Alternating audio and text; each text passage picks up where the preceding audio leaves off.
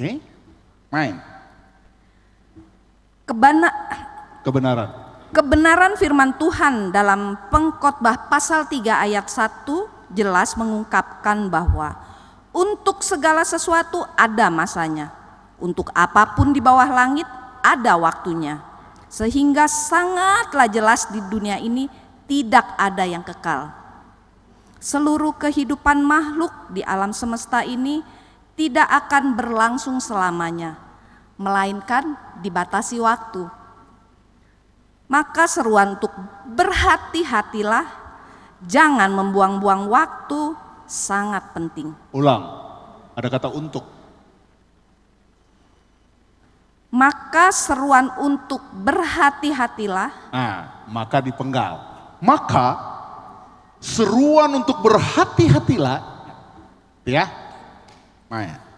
Maka seruan untuk berhati-hatilah, jangan membuang-buang waktu sangat penting.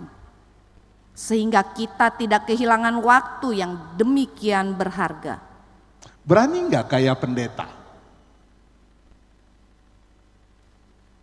Maka seruan untuk berhati-hatilah, jangan membuang-buang waktu sangat penting.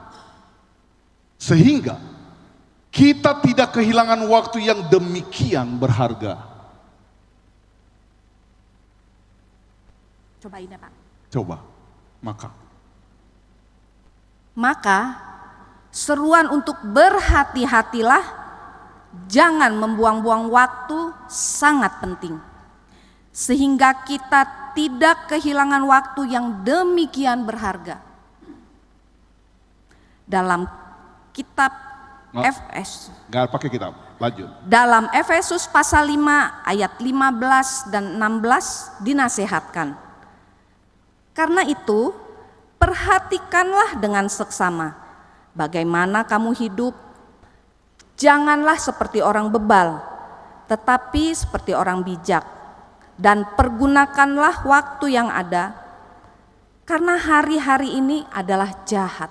Ya, ini ya, jangan bagaimana kamu hidup. Gak bisa. Bagaimana kamu hidup? Dia turun, dia harusnya begini. Dalam Efesus pasal 5 ayat 15 sampai 16 dinasehatkan. Karena itu, perhatikanlah dengan saksama bagaimana kamu hidup. Janganlah seperti orang bebal, tetapi seperti orang bijak. Dan pergunakanlah waktu yang ada, karena hari-hari ini adalah jahat. Coba. Dalam Efesus pasal 5 ayat 15 sampai 16 dinasehatkan. Karena itu, perhatikanlah dengan seksama bagaimana kamu hidup. Janganlah seperti orang bebal, tetapi seperti orang bijak. Dan pergunakanlah waktu yang ada, karena hari-hari ini adalah jahat. Cakap. Bungkus yang kedua. Yang ketiga. Umat yang terkasih, mari umat yang terkasih, mari dengan segala kerendahan hati kita menundukkan kepala, memikirkan kembali, sudahkah kita mempergunakan waktu anugerah Tuhan ini dengan baik dan bertanggung jawab? Jika kita merasa telah lalai, marilah kita mengakuinya di hadapan Allah dengan penuh penyesalan.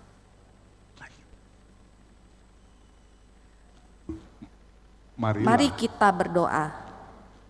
Kita akan berdoa secara pribadi. 30 detik, Pak. Iya, gak apa-apa. Bagus 30 detik. Oke, lanjut. Bapa yang kekal, Khalik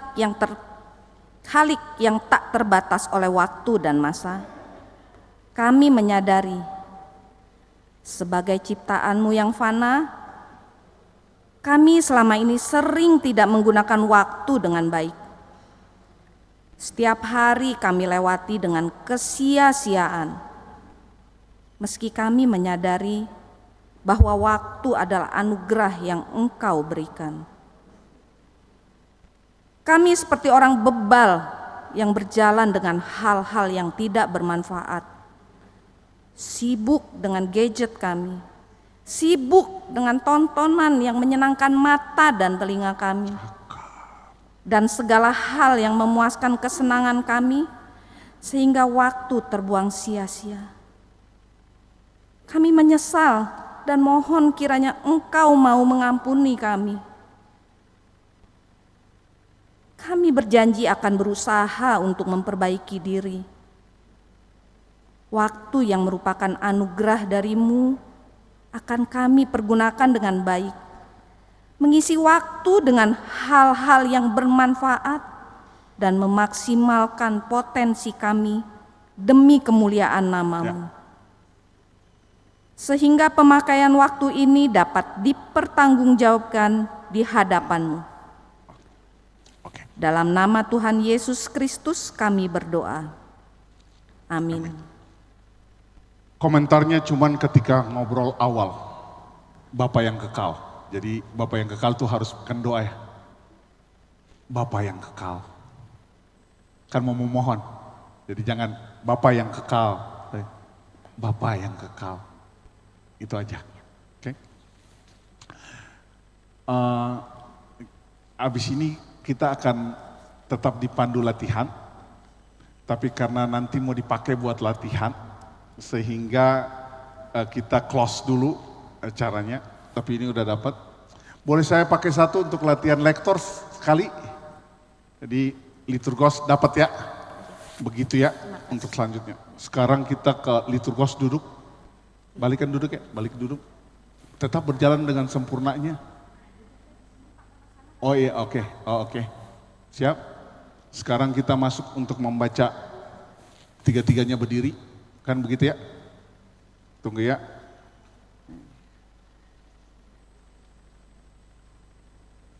Ya. Oke. Pendeta berdoa. Di dalam nama Tuhan Yesus kami berdoa. Amin.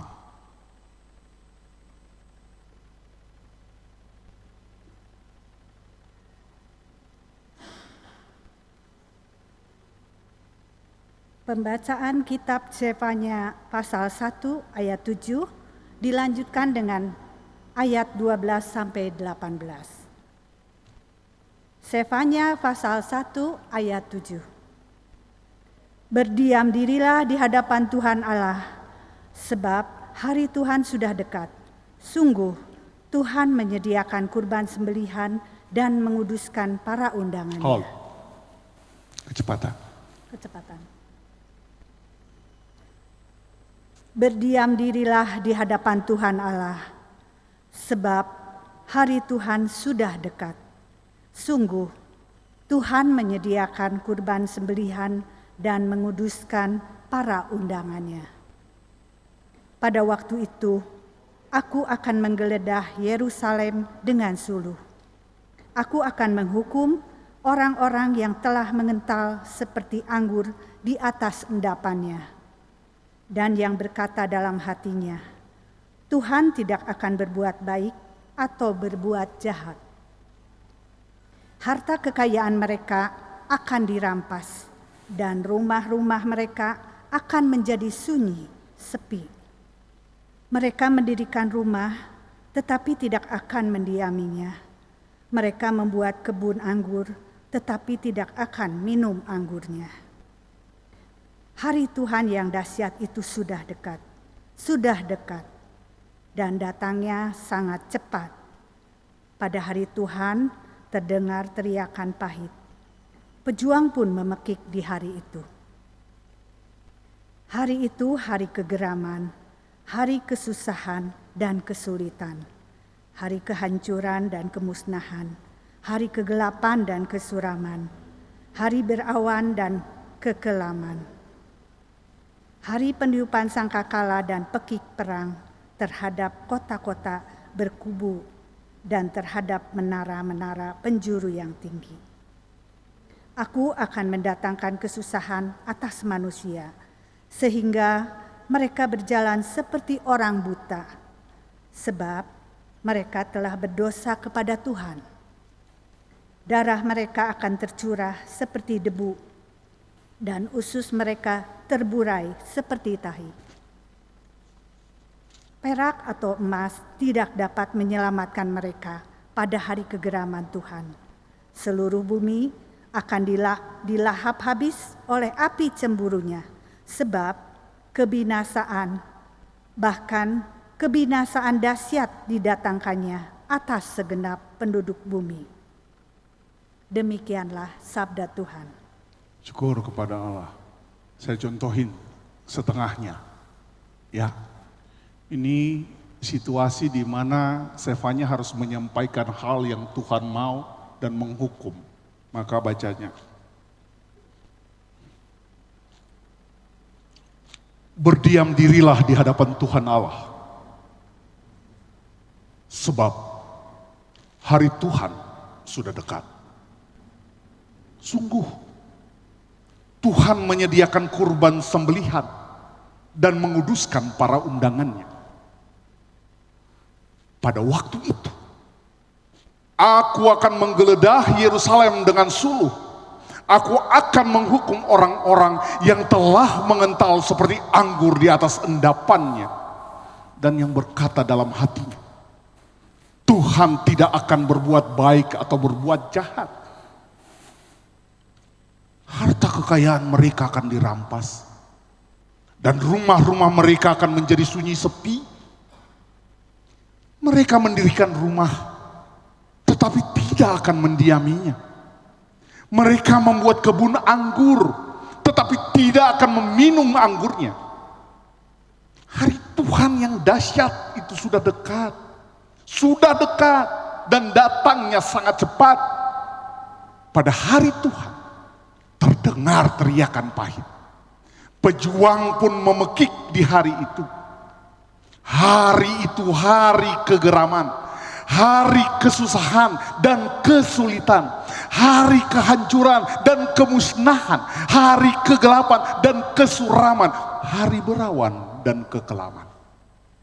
Hari peniupan sangkakala dan pekik perang terhadap kota-kota berkubu dan terhadap menara-menara penjuru yang tinggi. Aku akan mendatangkan kesusahan atas manusia, sehingga mereka berjalan seperti orang buta, sebab mereka telah berdosa kepada Tuhan. Darah mereka akan tercurah seperti debu, dan usus mereka terburai seperti tai. Perak atau emas tidak dapat menyelamatkan mereka pada hari kegeraman Tuhan. Seluruh bumi akan dilahap habis oleh api cemburunya. Sebab kebinasaan, bahkan kebinasaan dahsyat didatangkannya atas segenap penduduk bumi. Demikianlah sabda Tuhan.